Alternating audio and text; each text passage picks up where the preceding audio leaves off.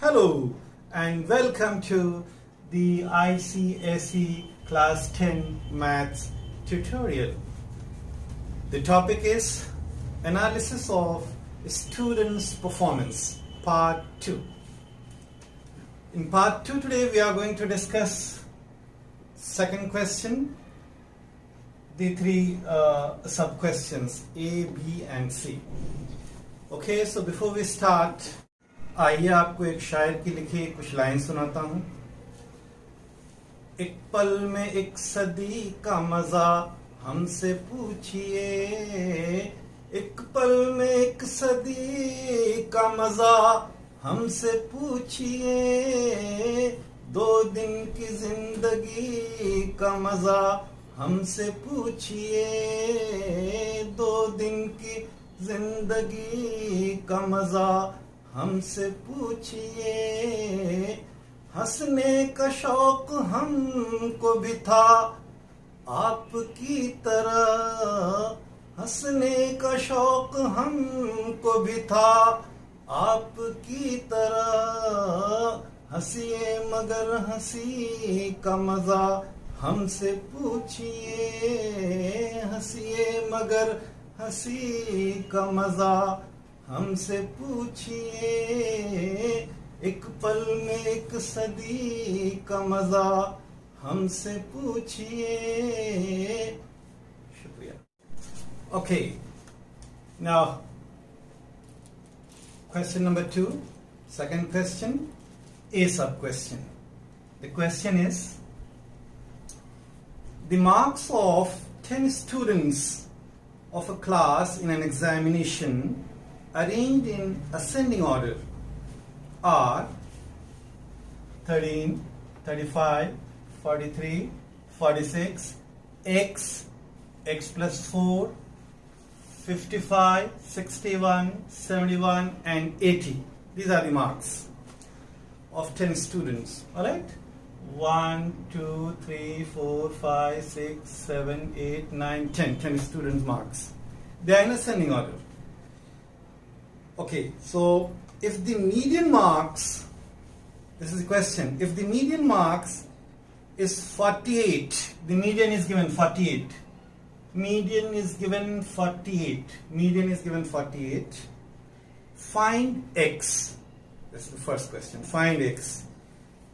Hence find the mode of the given data. So we have to find out x, and then after that we have to find out mode for the given data. Okay, now see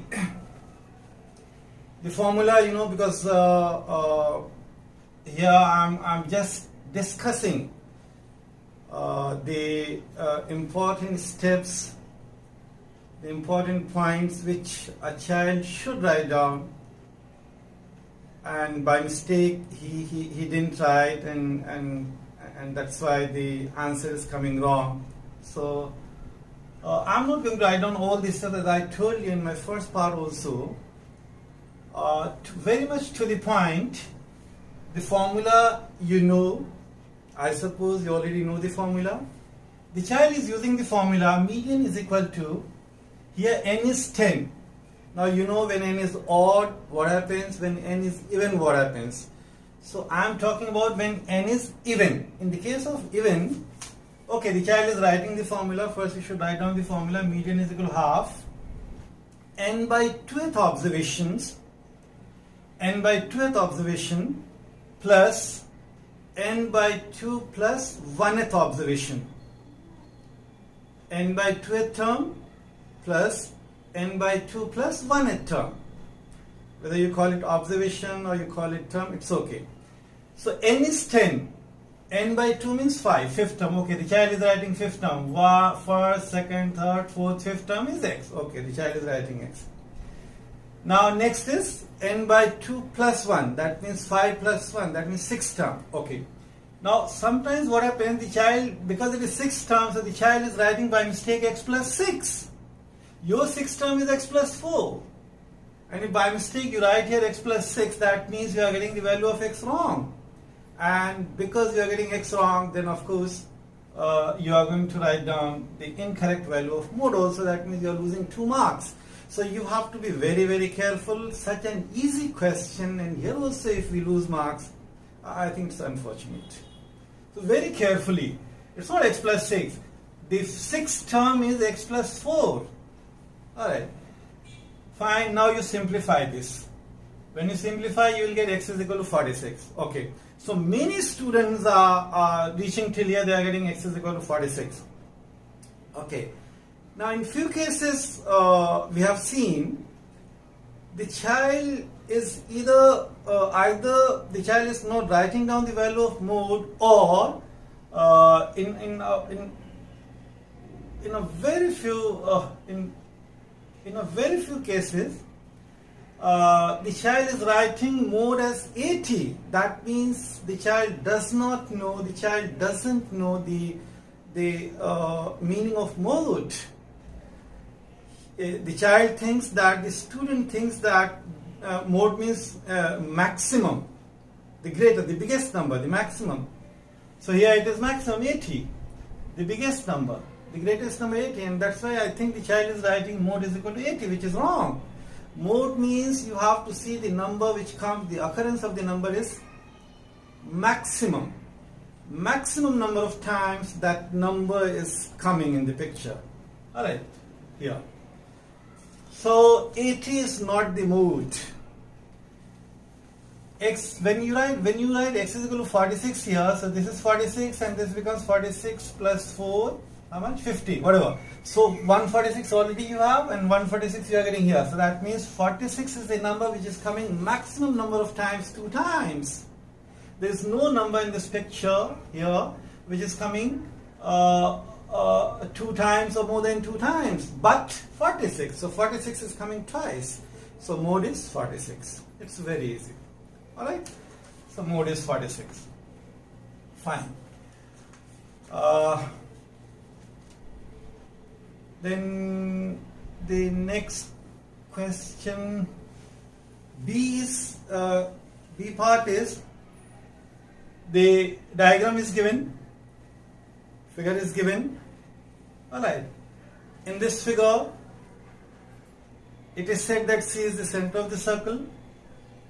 This angle PCQ is how much? 40. I have written here.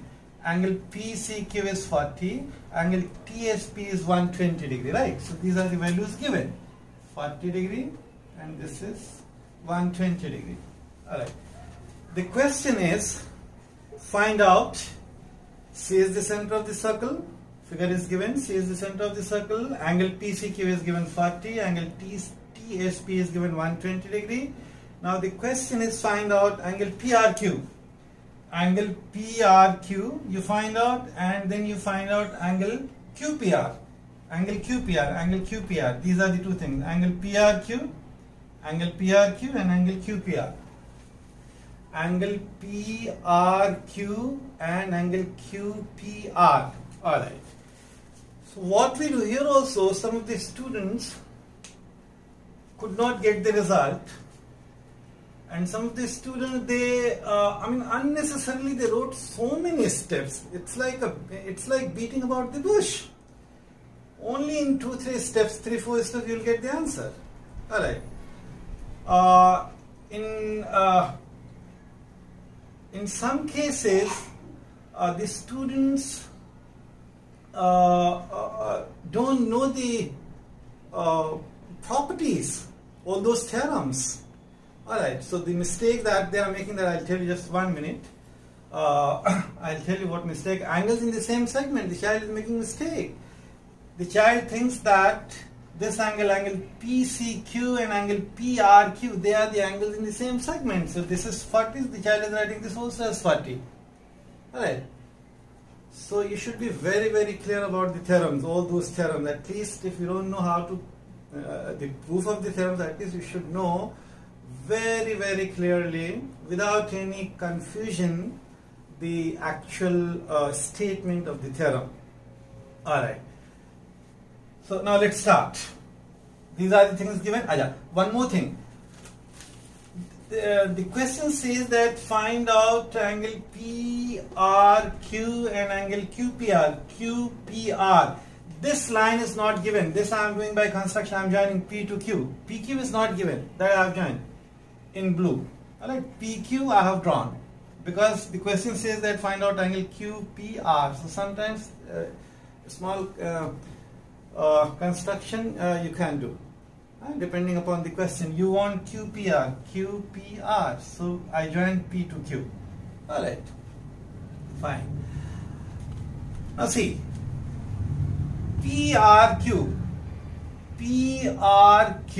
and PCQ, this is the central angle. The arc PQ is making this angle at the center, and same arc is making this angle on the circumference. And you know that the central angle is half the angle made by the same arc on the remaining part of the circumference of the circle, isn't it? So PRQ is equal to half angle PCQ.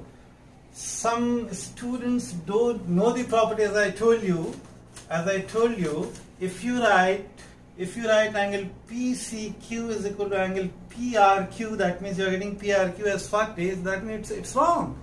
It's wrong. This is not the case of angles in the same segment. The point C is the center. The point C is the center. Now I am not going into that much detail, but these two angles are not the angles in the same segment. Please go through that theorem.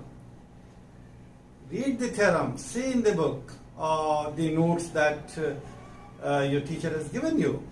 Alright. So if you are using that means your answer is wrong. Your result is wrong. Okay. This is the central angle. This central angle is twice of this angle, or this angle is half of this angle. Fine. So angle PRQ is equal to half angle PCQ, which is 40. Now 40 upon 2 to the 420. So in one step you are getting one answer. Angle PRQ you got, angle PRQ as 20. Fine. Now again the cyclic property, that theorem, cyclic quadrilateral theorem, that also one should know very, very clearly. Alright, without any ambiguity. You should be thorough about all those theorems. So cyclic quadrilateral, what does it say? It says that the exterior angle is equal to the interior opposite angle. Alright, some students either forget this theorem or they don't remember, they don't know. So because this is 120, so this is also 120. So PQR, angle PQR is equal to 120 directly. But please, for each and every step you have to give reason. That reason you have to give. So this angle PQR is equal to angle PSP. The property is, in a cyclic quadrilateral, the exterior angle is equal to interior opposite angle. You got 120. Fine. Now see, you got this as 120. This angle you got as 120. This is 120. Fine. This is 120, and this you got as 20. Yes, PRQ you got as 20. This is 20. This angle you got as 20. Okay. And this angle you got as 120. This angle. How to write? Okay, let me write down here. 120. Fine. Okay. Now 120, and then this is 120, this is 20. You want this angle, QPR. Okay, then in a triangle, sum of all the angles in a triangle is 180 degree. So this angle will be 180 minus 120 plus, first you add this 120 and 20, that will be 140. 180 minus 140, sorry. Yeah, this is 120 and this is 20, that gives you 140, and total is 180, so 180 minus 140 gives you 40. Alright. So this is the answer. These are the two answers. One is this PRQ and one is this QPR. These are the two answers. This third C question, which is from reflection, again here in this question, it's not given directly that you have to reflect the point in the x-axis or in the y-axis or in the origin. In the question, it is given that the point is reflected in x is equal to 0. The child should know that x equal to 0 means y-axis. Some of the students made mistake here. X is equal to 0, in few cases they've taken x equal to 0 means as x-axis. In one case, the child has taken the reflection in the origin. I don't know why. X equal to 0 means how can you draw the conclusion that the point is being reflected in the origin? Alright, so because you are reflecting the point in the origin, so it is wrong. Or if you are reflecting the point in the x-axis, this is not x-axis, x equal to 0 means y-axis. So these are the areas where you may make a mistake. These are the areas, so you should be very, very clear about the equation of the x-axis, and this we teach even in coordinate geometry also. In 9th standard also, when we start the how to locate the point, first time when we tell you about the coordinate axis, we tell you the equation of the x-axis, which is y equal to 0, the equation of the y-axis, which is x equal to 0, etc., etc. So x equal to 0 means y-axis. The question is, use a graph paper. First of all, you have to use a graph paper. Okay, now the first part is plot a minus 3, 2 and b 2, 5. A minus 3, 2 and b 2, 5, this you have to plot. Okay, I'm showing you here. This is x-axis, please do write down here x-axis. Y-axis, please do write down your y-axis. Origin, please write down origin. Some children, they don't write. Okay. First quadrant, second quadrant, third quadrant, fourth quadrant. Plus, plus, minus, minus, and plus, minus. A is minus plus, that means it is in the second quadrant. So x is equal to minus 3, 1, 2, 3, minus 3, and y is equal to 1, 2. This is your point A, and this is your point B. I suppose you know how to plot it. So you plotted A and B. Okay, you are getting 1 mark. After that, after plotting A and B, you have to find out the coordinates of A dash. A dash is the image of A. A dash is the, this is second sub question. A dash is the image of A when reflected in x is equal to 0. Now question is, find out the coordinates of A dash. What is A dash? A dash is the image of A when reflected in x is equal to 0. So you have to find out the coordinates of A dash. Now x equal to 0 means y-axis. That means the point is reflected in y-axis. Alright. So A is reflected in y-axis. A is reflected in y-axis. This is y-axis. So the reflection will be here. A will remain. Y-axis means y will remain the same and x will change. So 3, 2, A dash will be 3, 2, A dash is 3, 2. The coordinates of A dash, please do write down A dash, the coordinates. Coordinates are important. My opinion is you write down here also the coordinates, because it's not going to be so small. You are going to get a big graph paper. Of course, this figure will be bigger than what I have done here. So you will get a space there. So please do write down here A dash is 3, 2. A is minus 3, 2, and when A minus 3, 2 is reflected in y-axis, y-axis means x equal to 0. X equal to 0 means not x-axis, y-axis. Alright, x equal to 0 means y-axis. So when the point A is reflected in x equal to 0, that means y-axis, and the reflected point we are calling A dash, the coordinates of A dash will be 3 and 2. Okay, now the third sub question, see, very nice question. B dash is the image of B. B dash is the image of B when reflected in the line A dash. Now A dash is the line. This A dash, this line. See, look at this. A dash. Look at this. This line. B is reflected in the line A dash. Means mirror is here now. Mirror is at A dash. Alright, so this distance and this distance, They should be equal, because now x-axis or y-axis, they are not the line of reflection. I mean, the point is not reflected in x-axis or y-axis. The point B is reflected in this line A dash. Alright, so if this is 3, so this should also be 3. Now already this is 2, so this will be 1. So B dash, your B dash will be x is equal to 2 and y is equal to minus 1. So 2 minus 1. Remember that the point is B dash you are getting when the point B is reflected not in x-axis, not in y-axis, not x equal to 0, not y equal to 0, but in A dash. Means A dash is the mirror now. A dash is the mirror. Alright. So this distance is equal to this distance. This is 3. Alright, so this is also 3. Fine. And the coordinates, finally coordinates will be B dash as 2 minus 1. After doing all these things, the fourth sub question is, give the geometrical name of the figure AB A dash B dash. AB A dash B dash. So join. AB A dash B dash, please join. AB A dash B dash. AB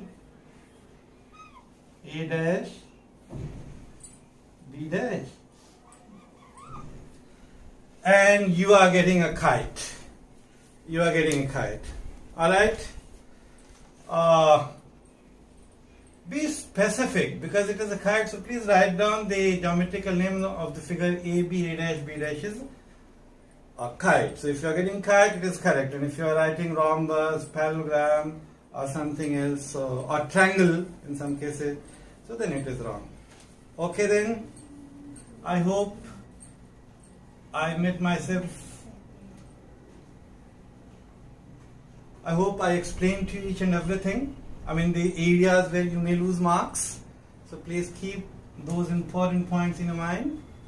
Okay then, thank you so much. Thanks.